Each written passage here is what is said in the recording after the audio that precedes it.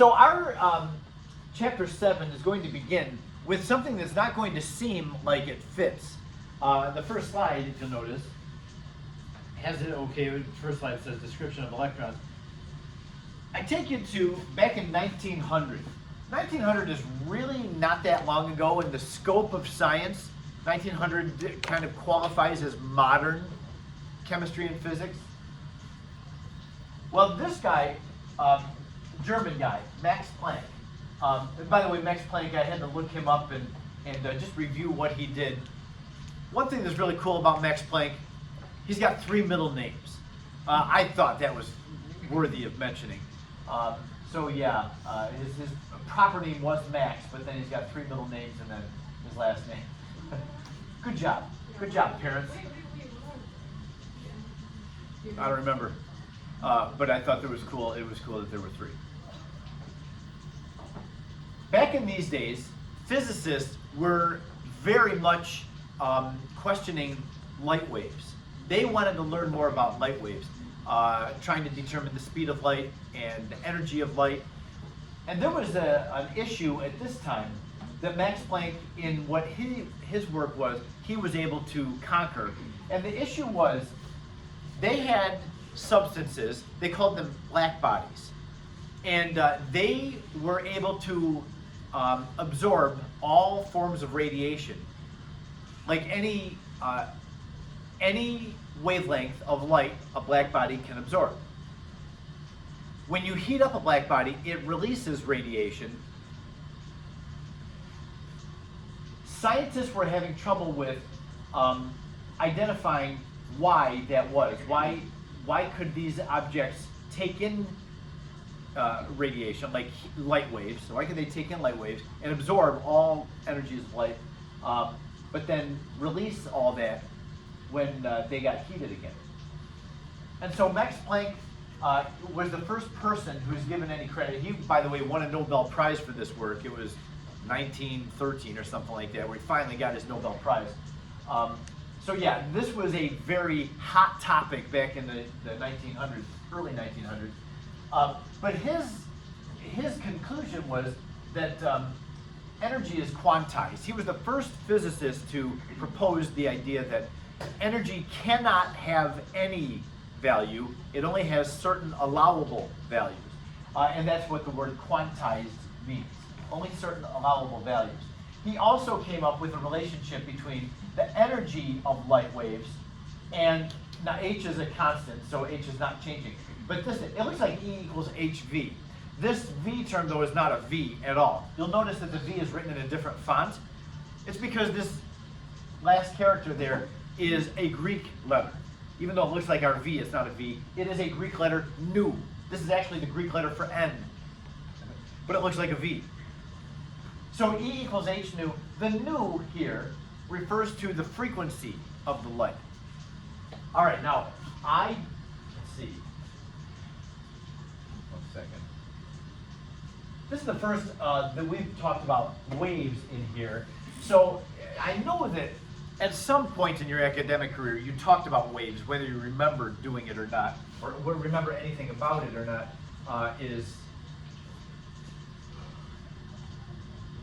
I'm running out of space even this way, and I can't use that. I've got to shorten that up some.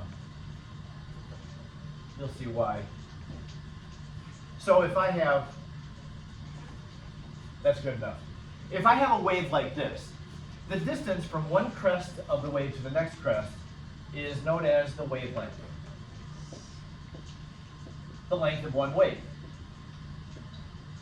The symbol for wavelength, and by the way, wavelength is measured in meters, the symbol for it is also a Greek letter.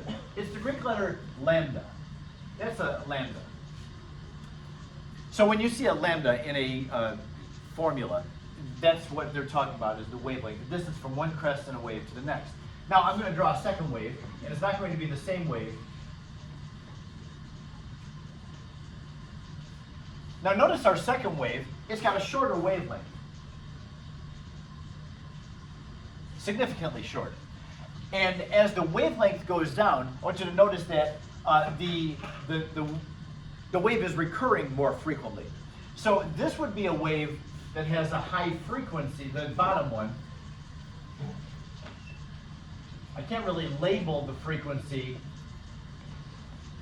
on the wave. I can label the wavelength because it's obvious it's one crest to the next. But if both these waves, what you see is like one snapshot of a unit time. So like this is a snapshot in 1 second. It's making that much of a wave in 1 second.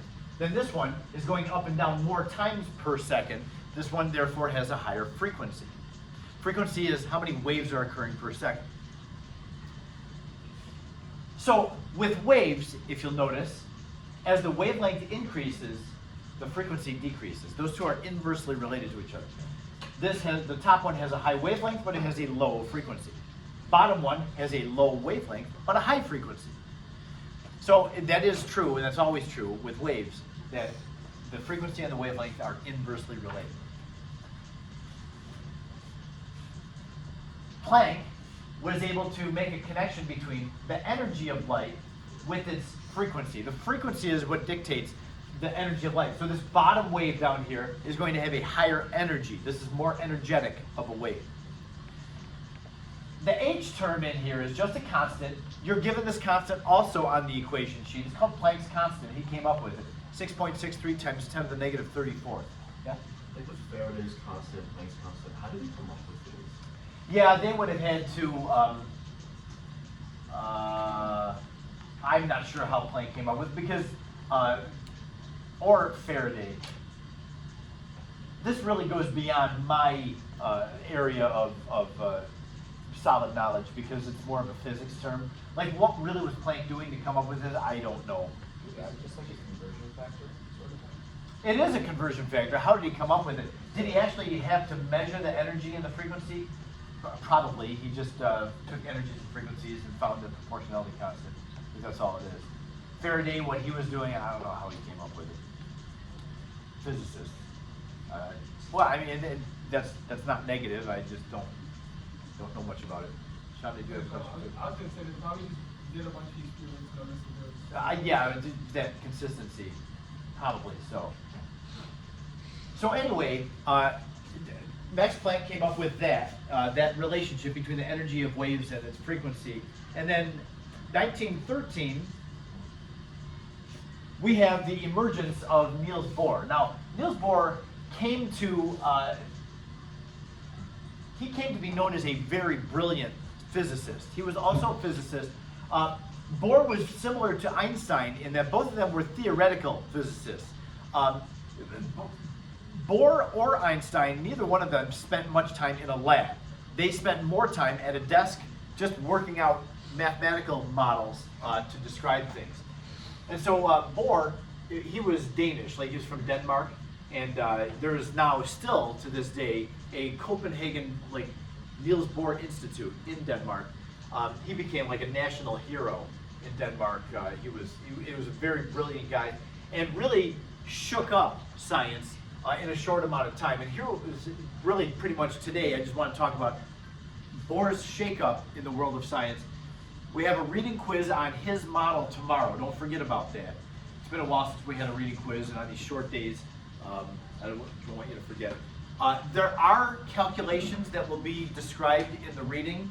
However, as it says on the reading assignment, there are no calculations on the quiz tomorrow, so don't worry about that part of it. Niels Bohr was working with hydrogen only. I know that you see other elements on this, but Bohr focused in on hydrogen, and that was the one element that he really was out to try to describe. I want to show you first what Niels Bohr observed, and then we'll talk about what he concluded from that. So I'm going to turn this off for a moment, and I want to give you a chance to look again. I know that you have done this already in your first year chemistry course. I'm sure all the teachers showed the diffraction grating, or showed the discharge tubes, looking at them through diffraction gratings. So I'm going to turn all the lights off here in a moment. I guess I didn't pull that shader. That one is still got light coming through, but it's kind of a dark day today, so I'm gonna hope that we can still see this okay.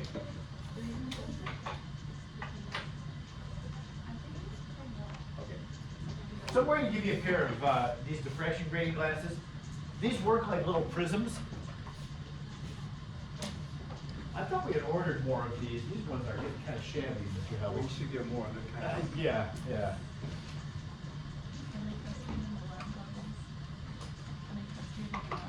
I'll move those discharge tubes over to as much toward the center of the room as I can.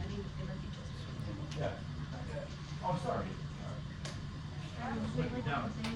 What? Sure, here you go. Oh my gosh.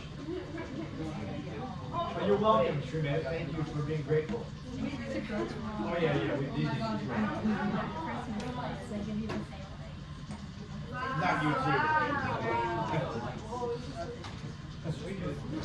We didn't count one yet.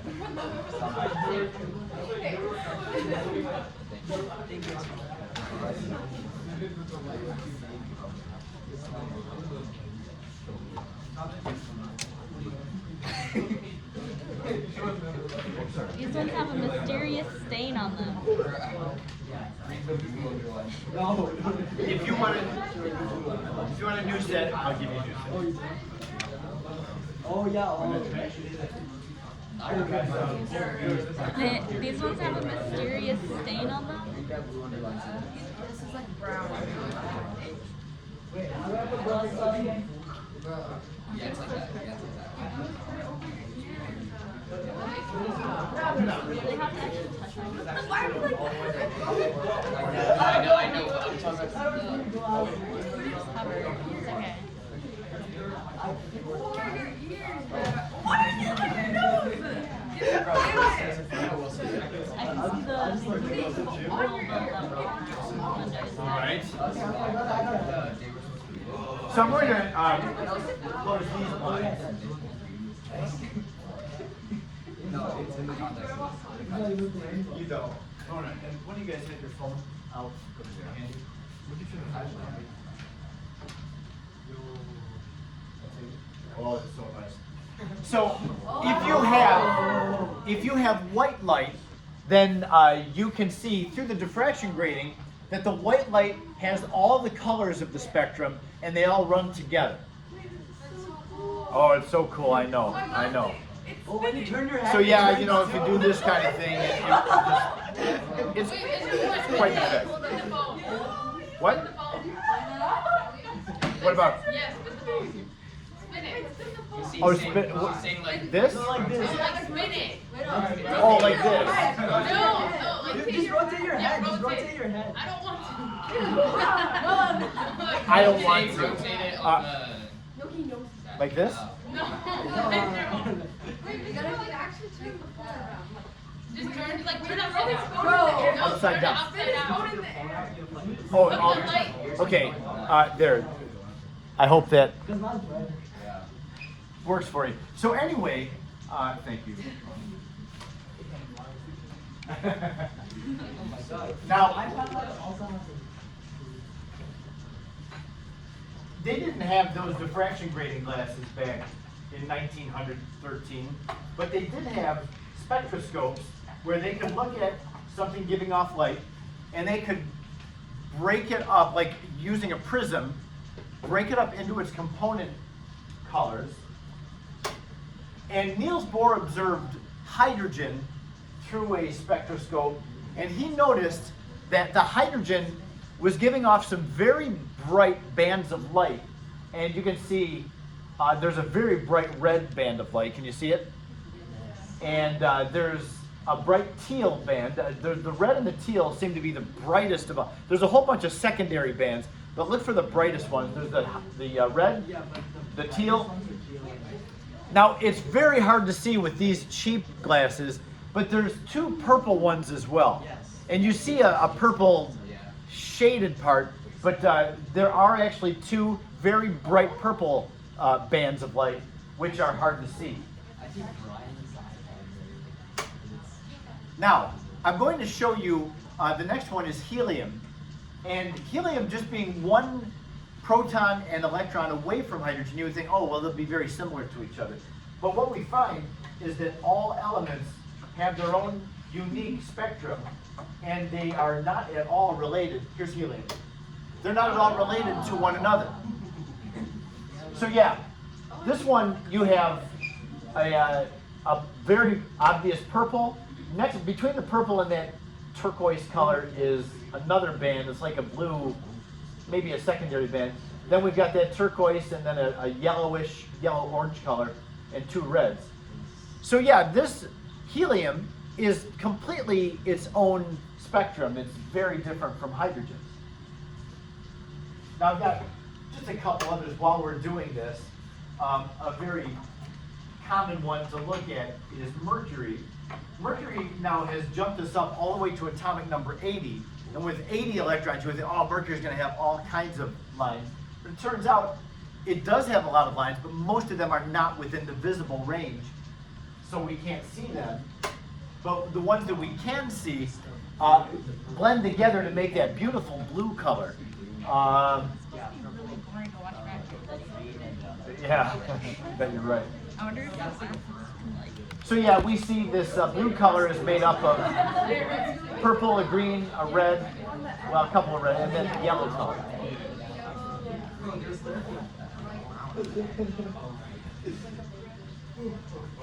Yeah, right in the middle. It's kind of interesting. I don't know why that is. The blue has like two different colors to it. Wonder if that's just going bad. Weird. I've never noticed that about mercury. And finally, the one that I always say for last when I do this is neon.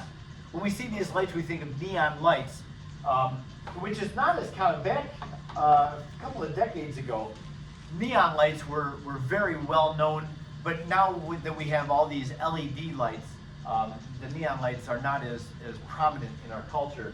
But neon still is very cool and worth seeing. When you light up neon, it gives you this very brilliant red color. And you can see when you're looking at it through the diffraction grating that its spectrum is dominated on the red side. We've got, gosh, a nearly incountable number of red bands, and then it looks like one or two oranges and a yellow and a green. I don't see anything on the blue-purple side of the spectrum for neon. So yeah, since it's dominated over there, it just gives it that real bright, piercing red color. Okay, so I wanted you to see that, and that's what Bohr looked at. He was really only focused on hydrogen, though. I'm going to come back and collect those glasses from you. I showed you that last week, so they got to see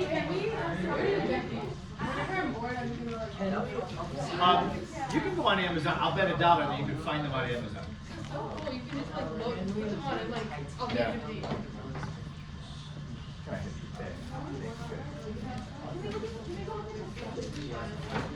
Let's see how much they are. I'll be like, oh,